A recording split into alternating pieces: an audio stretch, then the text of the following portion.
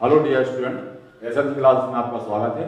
आज हम आपको बताएंगे अब सामान्य अनुभार क्या है, what is abnormal molecular mass. तो हमने पिछले वीडियो में देखा है अवाष्पशील विलेय का अनुभार ज्ञात करने के व्यंजक। तो उसमें हमने निकाला था क्या, एमडी। एमडी को क्या बोलते हैं, अवाष्पशील विलेय का अनुभार। तो ये अवाष्पशील विलेय का अनुभार कितने व्यंजक से निकाले थे? अवाष्पशील विलेय के अनुभार के व्यंजक हम बताया आपको। पहला था वाष्प दाब में आपेक्षिक अवनमन की सहायता से। वाष्प दाब में आपेक्षिक अवनमन की सहायता से अनुभार निकाला था, पिछली वीडियो में देखें आप। दूसरा निकाला था हमने क्वथनांक में उन्नयन की सहायता से। क्वथनांक में उन्नयन की सहायता से।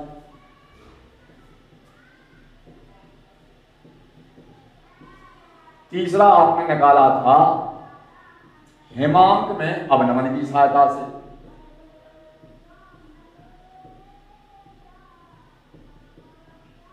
हिमांक में अवनमन की सहायता से।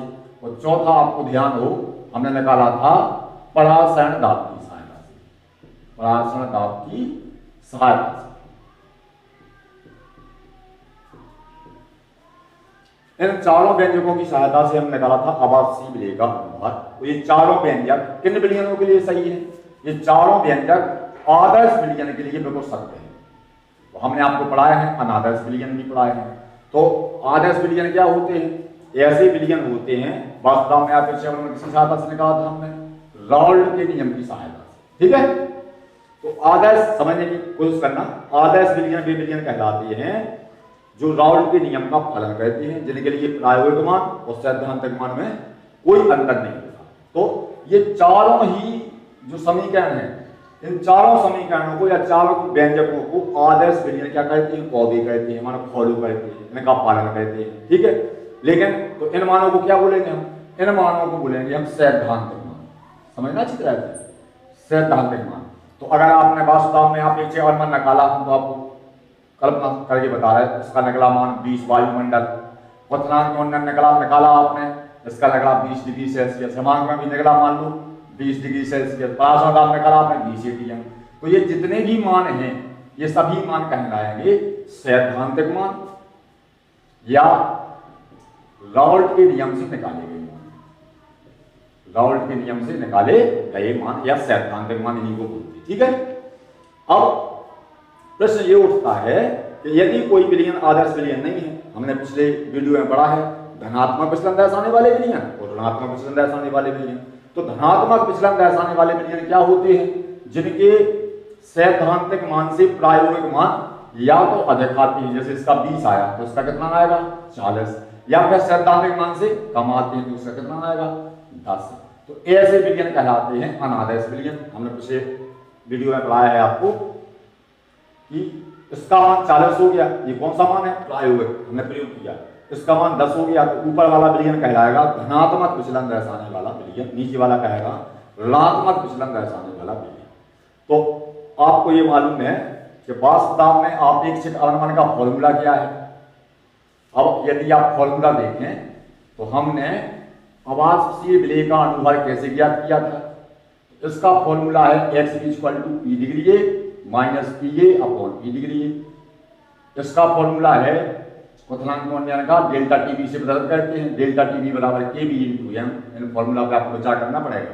हिमांक में अवनमन का फॉर्मूला है डेल PF = KF × m और परासरण दाब का फॉर्मूला है पाई = CI। इन फॉर्मूला की सहायता से हमने अवाष्पशील विलेय का अनुभार ज्ञात किया था। तो यदि आप इन फॉर्मूला की सहायता से कॉपी पे मान निकालते हैं, है ना, तो कॉपी पे जो मान निकलेंगे अनुसंख्या गुणधर्मों की, है ना, उन मानों को बोलेंगे हम सैद्धांतिक मान। और यदि हम प्रयोग करेंगे तो उनको बोलेंगे हम प्रायोगिक मान। तो हमारा कहने का मतलब ये है कि यदि विलयन आदर्श विलयन है तो आदर्श विलयन के जो अनुसंख्या गुणधर्मों की मान है वो सैद्धांतिक मान और प्रायोगिक मान कैसे होंगे? समान होंगे। तो अनुसंख्या गुणधर्म कौन कौन से हैं? तो हम इनको शॉर्ट में लिख सकते हैं, वाष्प दाब में आपेक्षिक अवनमन P degree minus PA/P degree, ये हो गया वाष्प दाब में आपेक्षिक अवनमन। क्वथनांक में उन्नयन डेल टीबी, हिमांक में अवनमन, पाई, जिसे हम बोलते हैं परासरण दाब। ये सभी क्या है, अनुसंख्या गुणधर्म है। तो हम फिर बोल रहे हैं आपसे कि यदि विलयन आदर्श है तो आदर्श विलयनों के सैद्धांतिक मान और प्रयोग करेंगे, प्रायोगिक मान कैसे होंगे, समान होंगे। तो ऐसे विलयनों के द्वारा यदि आप अवाष्पशील विलय का अनुभार ज्ञात करेंगे, अनुभार हमने निकाला था, इन्हीं चारों फॉर्मूला की सहायता से हमने क्या निकाला था, अवाष्पशील विलय के अनुभार का व्यंजक। तो ऐसे विलयन जो आदर्श विलयन होंगे, है ना, आदर्श विलयनों के जो अनुसंख्या गुणधर्मों के मान है सैद्धांतिक और प्रायोगिक समान आएंगे। तो ऐसे विलयनों के जो अनुभार है, विलय के अनुभार, वो भी कैसे आएंगे, सामान्य आएंगे। तो इस प्रकार के अनुभार को बोलेंगे हम सामान्य अनुभार। लेकिन यदि विलयन धनात्मक विचलन दर्शाता है या ऋणात्मक विचलन दर्शाता है, तो देखो धनात्मक विचलन दर्शाने वाले विलयन में क्या होता है, प्रायोगिक मान अधिक आते हैं, ठीक है। ऋणात्मक विचलन दर्शाने वाले विलयन में क्या होता है, प्रायोगिक मान कम आते हैं। तो ऐसे विलयनों के अनुसंख्या गुणधर्मों के मान भी प्रायोगिक मान कैसे आएंगे, या तो कम आएंगे या अधिक आएंगे। और जब अनुसंख्या गुणधर्मों के मान कम या अधिक आएंगे तो अनुभार का मान भी कम या अधिक आएगा, सामान्य से या तो अधिक आएगा या सामान्य से कम आएगा। ऐसे अनुभार को अपसामान्य अनुभार कहते हैं, क्योंकि अनुभार काय पर निर्भर करते हैं, अनुसंख्या गुणधर्मों के ऊपर। तो आपको ये ध्यान देना है, सीधा आपको लिखना है कि ऐसे विलयन जो लगभग तनु विलयन होते हैं, कैसे विलयन होते हैं, तनु विलयन, वे राउल्ट के नियम का पालन करते हैं। और यदि विलयनों में विलय कि आपने जितने अणु घोले हैं, हम आपको बता रहे हैं, समझ में आ जाएगा, थोड़ा टाइम लगेगा। यदि विलयन में आपने विलय के जितने अणु घोले हैं उतने ही अणु विलयन में हैं, जैसे गौर करना, आपने ग्लूकोज के 100 अणु घोले, 100 अणु का घोले ग्लूकोज के, ठोस अवस्था में ग्लूकोज के 100 अणु है। जब ये पानी में गए, है ना, विलयन बनाया, तो विलयन में आपने काम किए तो कितने अणु निकले, 100 के 100 अणु निकले। तो ये विलयन कैसा विलयन है, आदर्श विलयन है। ना तो इसमें विलय के कणों की संख्या बड़ी है और ना ही विलय के कणों की संख्या कमी है। लेकिन यदि आपने गौर करना NaCl बोला, NaCl की आपने कितने अणु बोले, 100 अणु बोले। तो आप गौर करना NaCl जल में किस प्रकार वियोजित होता है, Na धनायन प्लस Cl ऋणायन। तो 100 अणु बोलेंगे तो आप देखना है इसमें 100 बनेंगे Na धनायन और 100 ही बनेंगे क्या, Cl ऋणायन, क्योंकि एक NaCl कितने दे रहा है अणु, देखो आप, एक NaCl का अणु एक Na अणु दे रहा है, वो एक Cl अणु दे रहा है। तो अणु संख्या गुणधर्म काय पर निर्भर करते हैं, अणुओं की संख्या पर निर्भर करते हैं। तो हम जब कॉपी पे कैलकुलेट करेंगे तो हम अणु संख्या गुणधर्म किसके हिसाब से निकालेंगे, 100 के हिसाब से। जब नमक को हम पानी में घोलेंगे तो कितने अणु बन जाएंगे, 200। तो क्या होगा, अणु संख्या गुणधर्मों के मान बढ़ जाएंगे, क्योंकि अणु संख्या काय पर डिपेंड करते हैं, अणु संख्या गुणधर्म अणुओं की संख्या पर निर्भर करते हैं। तो इसे बोलते हैं हम क्या, विलय का वियोजन। क्या होगा यहाँ पर, विलय का वियोजन। आपने अणु घोले 100, विलयन में कितने हो गए, 200 अणु हो गए। तो इस प्रकार कहेंगे कि यहाँ पर क्या है, विलय का क्या हुआ है, वियोजन हुआ है, ठीक है। वियोजन से अणुओं की संख्या बढ़ जाएगी, जिससे अणु संख्या गुणधर्मों के मान भी अधिक प्राप्त होंगे। और जब अणु संख्या गुणधर्म के मान अधिक प्राप्त होंगे, प्रायोगिक बोल रहे है ना, तो अणुभार के मान भी कम या अधिक प्राप्त होगा। अब दूसरा देखते हैं हम, एसिटिक अम्ल Cl3C+OH। एसिटिक अम्ल को हम जब जल में घोलते हैं तो इसके 2 अणु संगुणित होकर एक अणु बना देते हैं। देखो एसिटिक अम्ल हमने मान लो इसमें घोला जल में, तो एक एसिटिक अम्ल का अणु देखो Cl3C double bond O single bond H, दूसरा अणु होगा H C double bond O Cl3। तो एक अब ऑक्सीजन पे कौन सा आवेश होता है, ऋणावेश, हाइड्रोजन पे धनावेश, हाइड्रोजन पे धनावेश, ऑक्सीजन पे ऋणावेश। तो क्या होता है, एसिटिक अम्ल का एक अणु दूसरे अणु को अपनी ओर आकर्षित करेगा, इनके बीच में कौन सा बंध बन जाएगा, हाइड्रोजन बंध बन जाएगा। कौन सा बंध बन जाएगा, हाइड्रोजन। तो जब आप 2 अणु घोलेंगे, कितने अणु घोलेंगे, 2 अणु, तो पूरा ये क्या बन जाएगा, डाइमर। इस डाइमर को क्या बोलते हैं, द्विलक, या इसको बोलते हैं हम डाइमर। तो डाइमर बन जाएगा, 2 अणु घोलेंगे तो एक अणु बन गया। तो अगर आप यहाँ पर 100 अणु घोलेंगे, अब गौर करना कितने अणु घोलेंगे, 100, 2 से एक अणु बन रहा है, तो 100 जोड़ के कितने बना देंगे, 50 अणु बनाएंगे। इस प्रकार से अणु संख्या गुणधर्मों के मान यहाँ पर क्या हो जाएंगे, कम हो जाएंगे। तो आप ध्यान देना कि अब सामान्य अनुभाग कब प्राप्त होता है। यदि विलयन में विलेय के कणों का ना तो संगुणन हो रहा है और ना ही वियोजन, जैसे ग्लूकोज है, ना तो इसका संगुणन होगा ना ही वियोजन, तो यहाँ पर सामान्य अनुभाग आपको प्राप्त होगा, क्योंकि अनुसंख्या गुणधर्म की मान भी कैसे प्राप्त होगी, समान। यहाँ पर NaCl आपने घोला, कोई भी तो घट घोल दें आप, NaCl घोल दें चाहे KCl घोल दें, तो क्या होगा, अणुओं की संख्या बढ़ जाएगी। जब हम जल में NaCl को घोलेंगे तो एक NaCl एक Na धनायन देगा, एक Cl धनायन देगा। और अणु संख्या गुणधर्म का निर्भर कहते हैं, अणुओं की संख्या पर निर्भर कहते हैं, तो अणुओं की संख्या बढ़ जाएगी। अब 100 NaCl घोलेंगे तो 100 Na धनायन बन जाएंगे, अणु आयन बन गए, आयन ग्रुप में है, तो 100 Cl धनायन बन जाएंगे। तो कितने अणु हो गए, 200, तो 200 अणु हो गए। तो जब आप प्रयोग करेंगे तो प्रयोग किसके हिसाब से निकलेगा, 200 अणुओं के हिसाब से, और कॉपी पे निकालेंगे कितने के हिसाब से निकलेगा, 100 के हिसाब से। यहाँ पर वैज्ञानिकों ने गलती की, उन्हें ये मालूम नहीं था पहले, यहाँ पर हम कॉपी पे निकालेंगे 100 के हिसाब से और प्रयोग करेंगे निकलेगा 200, तो अणुसंख्या गुणधर्म का मान बढ़ जाएगा। अणुसंख्या गुणधर्म का मान माने वास्तव में आप बढ़ जाएगा, क्वथनांक में उन्नयन बढ़ जाएगा, हेमांक में मान बढ़ जाएगा, और पराशर दाब की मान भी बढ़ जाएगी। इसे कहते हैं हम क्या, वियोजन। तो जब अणुसंख्या गुणधर्मों की मान बढ़ जाएंगे तो विलेय का अणुभार का मान भी कम या अधिक प्राप्त होगा। उसी प्रकार से यहाँ देखें, इसे बोलते हैं हम क्या, संगुणन, है ना। तो संगुणन में क्या होगा, दो अणु जुड़कर एक द्विलक बना लेंगे, कई बार त्रिलक भी बन जाता है, अलग अलग प्रकार के विलेय होते हैं, हम तो इसको बता रहे हैं आपको। दो अणु मिलकर एक अणु बना लेते हैं, तो अब विलयन में इस दो अणुओं को हम एक अणु कहेंगे। तो अगर आप 100 अणु घोलेंगे तो 100 आपस में मिलकर कितने अणु बनाएंगे, 50। देखो विलयन में विलेय के कणों की संख्या कितनी बची है, 50। अब जब कॉपी पे निकालेंगे तो कॉपी पे निकालेंगे अब 100 के हिसाब से अनुसंख्या गुणधर्म को, इन्हें बोलेंगे हम सैद्धांतिक मान। और जब प्रयोग करके निकालेंगे तो प्रयोग पे निकलेंगे कितने के हिसाब से बेटा, 50 के हिसाब से। देखो आप अणुओं की संख्या कम गई तो इनके प्रायोगिक मान कैसे आएंगे, कम, और सैद्धांतिक मान कैसे आएंगे, ज्यादा। यहाँ पर उल्टा है, सैद्धांतिक मान कैसा आएगा, कम, जब प्रयोग करेंगे तो निकलेगा 200 के हिसाब से, ये आएगा कैसा, ज्यादा। इस प्रकार यदि विलयन में विलेय के कणों का संगुणन है या वियोजन है तो अणुओं की संख्या या तो कम हो जाती है या अधिक हो जाती है, जिससे अणुसंख्या गुणधर्म के मान भी कम या अधिक हो जाते हैं। और यदि ऐसी स्थिति में अणुभार निकाला जाए तो अणुभार का मान भी कम या अधिक प्राप्त होता है। ऐसे अणुभार को क्या बोलते हैं, अपसामान्य अणुभार कहते हैं। देखो इसको आपको स्क्रीनशॉट लेना है।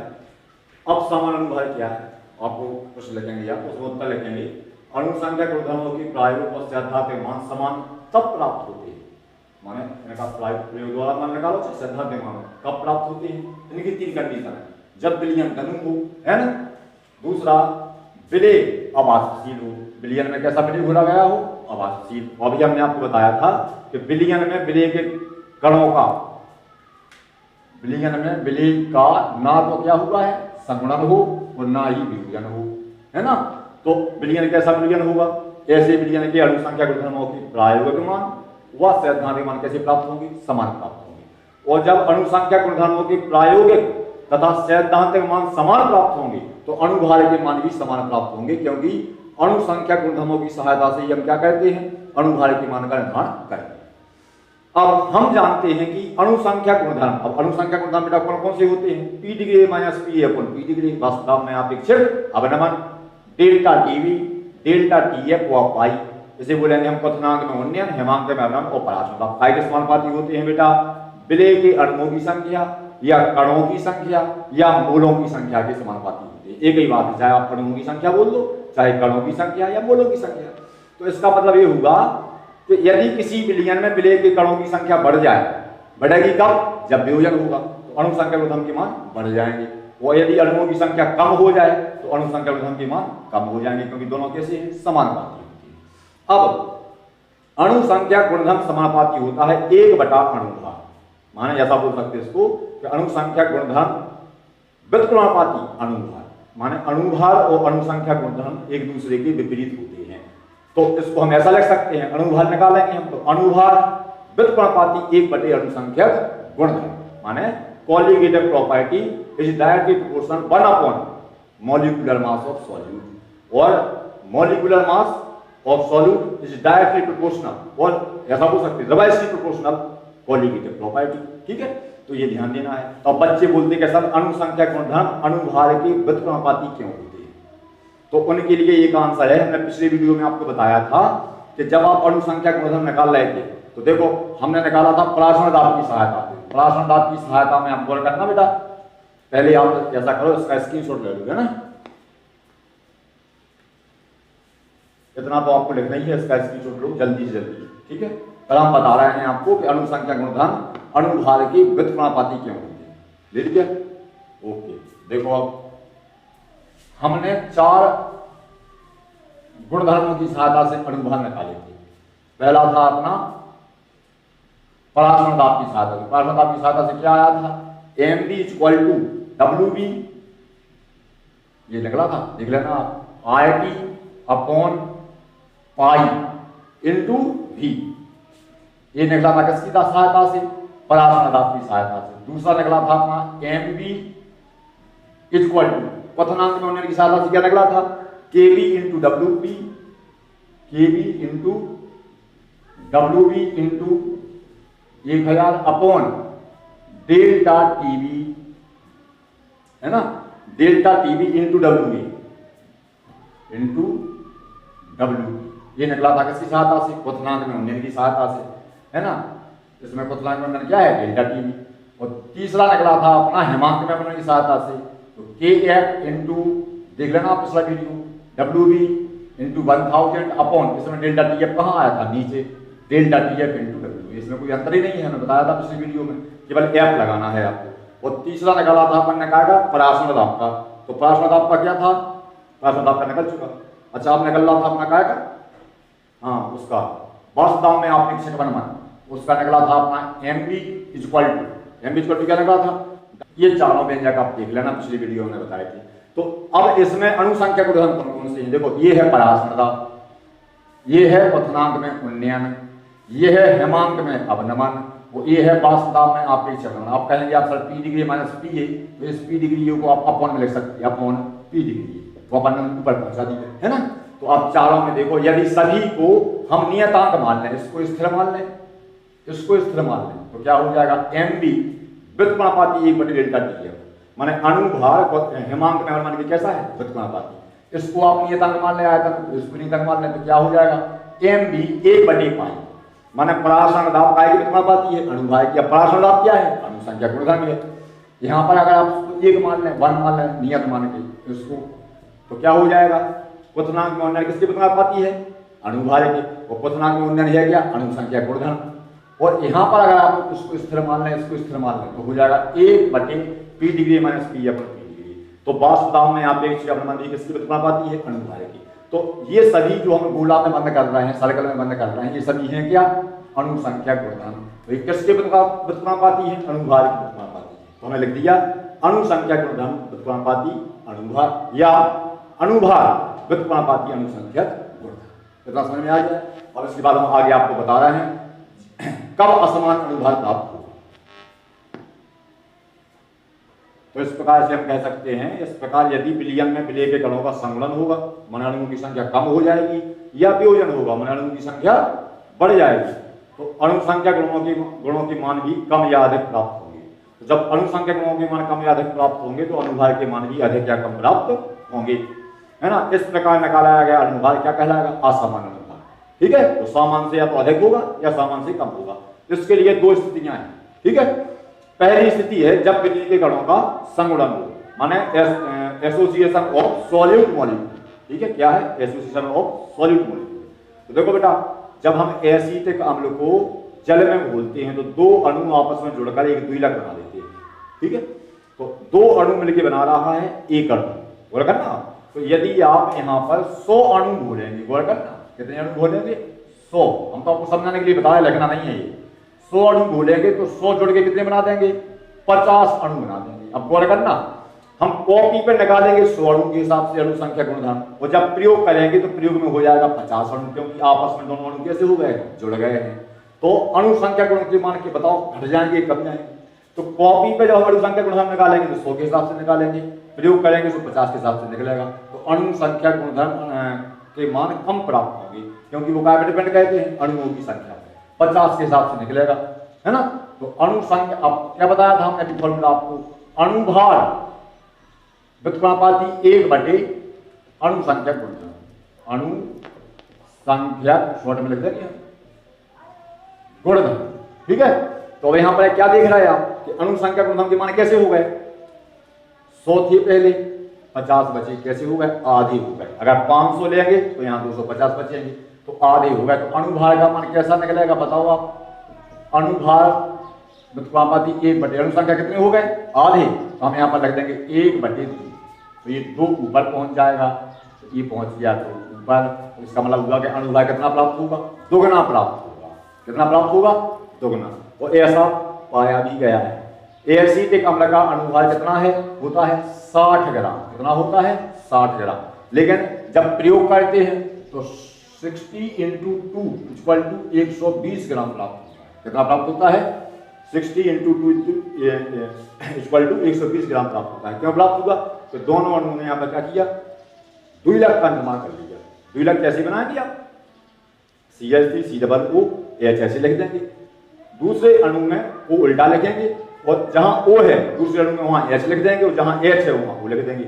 OH को हम H बंध द्वारा जोड़ देंगे, H पे धनावेश लगा देंगे, O पे ऋणावेश। दोनों अणु मिलकर एक अणु का निर्माण कर लेंगे। तो इस प्रकार से यहाँ पर अनुभार हमें कितना प्राप्त हुआ? 120। सामान्य कितना था? 60 था। प्राप्त कितना हुआ हमें द्विलक में? 120। तो इस अनुभार को हम क्या बोलेंगे? अपसामान्य अनुभार। फिर समझ लें आप यहाँ पर, अगर समझना है कि जो अणुसंख्यक गुणधर्म है उनकी मान बढ़ गए हैं, कम हो गए हैं। 100 अणु से कितने बचे हैं? 50 अणु। तो अणुसंख्यक गुण की मान आधे हो गए हैं। 100 का आधा 50, तो आधा लिखेंगे हम। तो आधा क्या लिखेंगे यहाँ पर? 1/2। ये 2 पहुंच जाएगा ऊपर, तो हो जाएगा अनुभार कितना? दुगना। ठीक है, तो यहाँ पर हम एसिटिक अम्ल का उदाहरण देंगे कि हम एसिटिक अम्ल को जल में घोलते हैं, है ना, और फिर अनुभार का मान निकालते हैं, तो हमें कितना प्राप्त होता है? 120 प्राप्त होता है। जबकि सामान्य अनुभार कितना होता है? 60 होता है। तो 120 अनुभार, 120 ग्राम अनुभार को हम क्या कहेंगे? अपसामान्य अनुभार। वही आपको चित्र में डायग्राम में एक अणु बनाना है, तो इसके नीचे लिख देना है क्या? द्विलक। ठीक है, अब इसके बाद आप स्क्रीनशॉट ले सकते हैं। बस आपको हमने ये समझाया है, ये नहीं लिखना आपको। ठीक है, कॉपी में आपको ये नहीं लिखना है, ये आप नीचे लिख सकते हैं, है ना। तो उदाहरण से स्पष्ट है कि अणुओं की संख्या आधी हो रही है, अतः अनुभार दुगना प्राप्त होगा, और बस ये बनाना है। आप स्क्रीनशॉट ले सकते हैं। अब नेक्स्ट है विलेय के कणों का वियोजन। क्या हो जब विलेय के कणों का, दूसरी हेडिंग है बेटा, जब विलेय का वियोजन हुआ, है ना। जब विलेय का क्या हुआ हो? वियोजन। वियोजन को हम इंग्लिश में बोलते हैं डिसोसिएशन ऑफ सॉल्यूट। डिसोसिएशन माना आयनों में टूट जाना। तो डिसोसिएशन कब होता है? जब NaCl को आप जल में विलेय करें। तो NaCl तो क्या है? विद्युत अपघट्ट। तो हम जान रहे हैं कि हम 100 NaCl घोलेंगे तो पानी में 100 NaCl रहेंगे, लेकिन ऐसा नहीं होता है।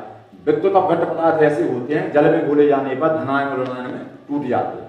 धनायन ऋणायन में टूटने को बोलते हैं हम वियोजित हो जाना। क्या बोलते हैं? वियोजित हो जाना या डिसोसिएट हो जाना। तो आपने NaCl को पानी में घोला तो Na धनायन और Cl ऋणायन में टूट जाएगा। तो यहाँ पर आप एक अणु ले रहे थे, एक अणु।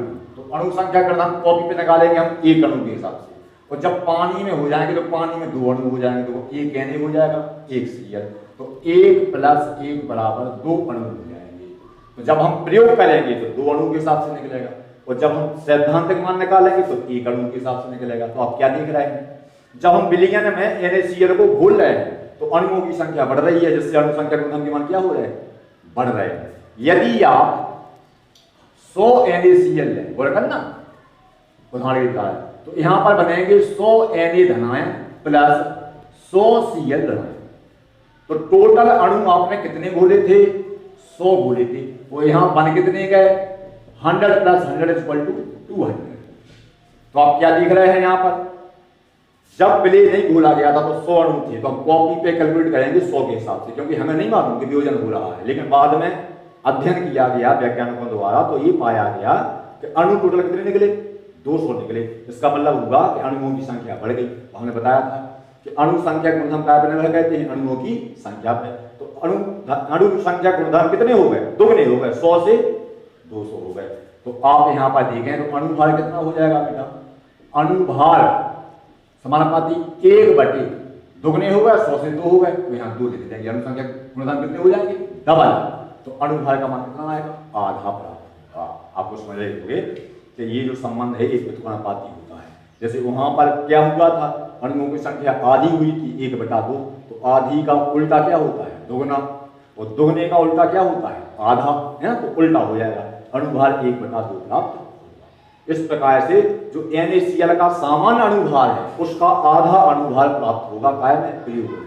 क्योंकि पहले ये अध्ययन नहीं किया गया था, ये अध्ययन बाद में किया गया कि जो प्रायोगिक मान है वो या तो कम प्राप्त हो रहे थे या अधिक प्राप्त हो रहे थे, ये अध्ययन किया गया। आपको इतना रखना है कि जब विलेय का वियोजन होता है, जैसे जब NaCl को जल में घोला जाता है या विलेय किया जाता है तो वह धनायन ऋणायन में टूट जाता है, जिससे विलयन में विलेय के कणों की संख्या बढ़ जाती है, फलस्वरूप अणु संख्या क्रमधर्म के मान भी बढ़ जाते हैं। यहाँ पर यदि देखा जाए तो अणु संख्या क्रमधर्म के मान दुगने हो गए, 100 थे 200 हो गए, तो दुगने हुए, दुगने को 2 लिखेंगे, तो अणु संख्या क्रमधर्म की जगह क्या लिख सकते 2, तो अणुभार कितना प्राप्त होगा, 1/2 प्राप्त होगा। अब 1/2 कैसे प्राप्त होगा हम आपको ये बता रहे हैं। सामान्य अणुभार क्या है NaCl का, तो देखो आप सामान्य अणुभार NaCl का है, NaCl Na का होता 23, Cl का होता 35.5, तो टोटल होता 58.5, 58.5। तो ये तो है कौन सा अणुभार, सामान्य अणुभार जो हम कॉपी पे निकाल रहे थे, लेकिन जब प्रयोग करेंगे तो आयनों की संख्या बढ़ जाएगी। वो आयन तो क्या होते हैं, कण होते हैं, अणु होते हैं, है ना, हमें तो अणुओं की संख्या को निर्भर करना है। तो जब आयनों की संख्या बढ़ जाएगी तो फिर अणुभार कितना प्राप्त होगा, तो अणुभार 58.5 का आधा प्राप्त होगा। जो अणुभार सामान्य था उसका कितना प्राप्त होगा, 58.5, क्योंकि अणु संख्या क्रमधर्म कितने हो गए, दोगुनी, आधा, तो इसमें 2 से डिवाइड कर देंगे, इसमें बचेगा कितना, 29.25। तो आप देख रहे हैं कि सामान्य अणुभार NaCl का है 58.5, लेकिन जब प्रयोग करेंगे तो प्राप्त कितना होगा, 29.25, माने सामान्य से कम प्राप्त होगा। तो जब विलेय का वियोजन होता है तो सामान्य से अणुभार कम प्राप्त होता है, और जब संगुणन होता है तो सामान्य से अधिक अणुभार प्राप्त होता है।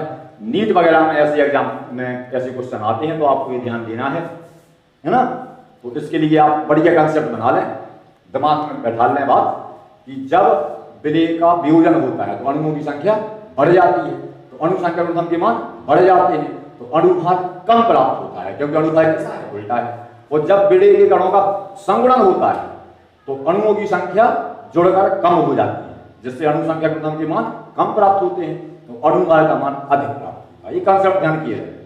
अगर अणु संख्या क्रमधर्म दोगुने हो रहे तो अणुभार आधा हो जाएगा, और यदि अणु संख्या क्रमधर्म आधे हो रहे, है ना, तो अणु संख्या क्रमधर्म आधे हो रहे हैं तो अणुभार दोगुना प्राप्त होगा, एक दूसरे का उल्टा होता है, ठीक है। अगर अणु संख्या क्रमधर्म तिगुने हो रहे तो अणुभार 1/3 हो जाएगा, 1/3, ठीक है। ये उल्टा आपको ध्यान देना है। इसी के साथ आप लोग चैनल को सब्सक्राइब कहते रहे, कुछ बच्चे नहीं कर पा रहे हैं सब्सक्राइब, बगल में एक लाल रंग का बटन मैंने रखा है सब्सक्राइब, है ना, उसको आप सब्सक्राइब जरूर कर लें ध्यान से, ताकि आपको अगले वीडियो आती रहे, है ना। और लाइक करें और कमेंट बॉक्स में कमेंट जरूर करें कि वीडियो कैसा लगा। काफ़ी टाइम लग गया आज की वीडियो को समझाने के लिए।